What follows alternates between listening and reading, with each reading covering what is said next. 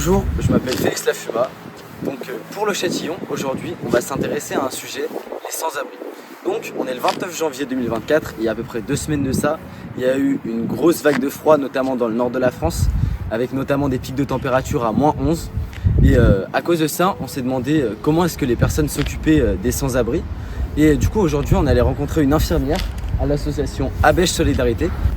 Donc on va aller la rencontrer tout de suite et on va lui poser quelques questions pour voir comment se déroule son métier, ce qu'elle fait en général et comment l'association répond aux demandes des sans-abri. Du coup, pour commencer, comment est-ce que ça se passe? Qu'est-ce que c'est votre rôle au sein de l'organisation et est-ce que vous pouvez vous présenter? Ok, du coup moi je suis Leslie, je suis infirmière coordinatrice ici donc pour l'Abèche Solidarité dans 2 dispositifs réunis en un seul service, qui sont l'équipe spécialisée de soins infirmiers précarité et les lits halte soins santé mobile. Donc en gros notre service il est composé d'infirmières et d'aides-soignantes et mon rôle c'est un peu de coordonner les actions de chacun et de l'accompagnement de la personne en général dans les 2 dispositifs.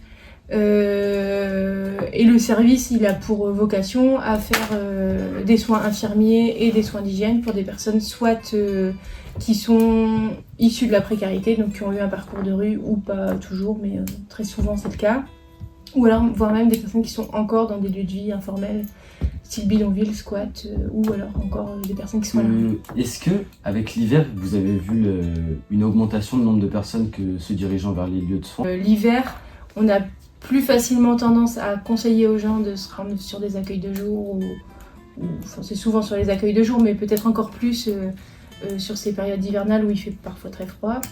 Et également, on encourage, c'est là où ils sont le plus sensibles en tout cas à ces encouragements-là, à appeler le 115. Voilà. Du coup, est-ce que vous pensez qu'au sein de votre association, vous avez assez de personnel pour répondre aux demandes de personnes sans abri, etc. Sur l'accompagnement aux soins oui, en général? Alors, sur notre service, c'est un des 2 dispositifs est nouveau du coup et assez récent et on n'a peut-être pas encore beaucoup de recul pour savoir si oui ou non on est suffisamment de personnel. En tout cas, on s'efforce d'accepter en tout cas le nombre d'accompagnements en fonction aussi de nos capacités à pouvoir faire les soins correctement.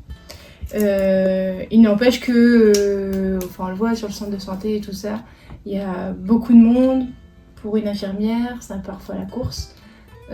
Et en même temps, c'est des services où on est là toute la journée, les gens le savent et du coup, ils sollicitent quand eux aussi ont envie, besoin. Et donc c'est parfois pas toujours anticipable en fait cette demande de soins. Ouais, si ça va vraiment pas, c'est plutôt grave. Vous l'envoyez vers un hôpital? Si c'est vraiment grave, on l'envoie aux urgences. Enfin, on l'envoie aux urgences, ouais. Oui. Enfin, soit on appelle le 15 parce qu'on n'est pas du tout en capacité de nous la transporter pour l'y emmener, soit on l'emmène effectivement aux urgences. Est-ce qu'en tant qu'infirmière et infirmier, du coup, vous traitez aussi les cas d'addiction? Vous aidez à soigner ce problème d'addiction chez les personnes sans abri ou c'est un autre service qui s'en occupe? Du coup, dans notre accompagnement, on accompagne vraiment la personne dans sa globalité. Donc effectivement, s'il y a un problème d'addiction, on va le prendre en compte dans notre accompagnement, au même titre que d'autres services. Au centre de santé, c'est le cas aussi. Et du coup, on est un peu l'interlocuteur, savoir ce que la personne a envie et où est-ce qu'elle veut aller. Et on essaye d'orienter vers des dispositifs plus spécialisés, donc je pense notamment au XAPA, ou éventuellement faire des demandes de cure si la personne est volontaire là. Pourquoi avoir choisi du coup d'être infirmière dans le domaine associatif plutôt que dans un hôpital ou autre part? Alors j'ai toujours, depuis que j'étais étudiante, j'ai toujours voulu travailler dans le médico-social, dans l'associatif, parce que pendant mes stages je ne me retrouvais pas dans le milieu hospitalier. Enfin, j'ai bien senti que c'était pas fait pour moi, clairement. Merci beaucoup d'avoir répondu à nos questions. Merci.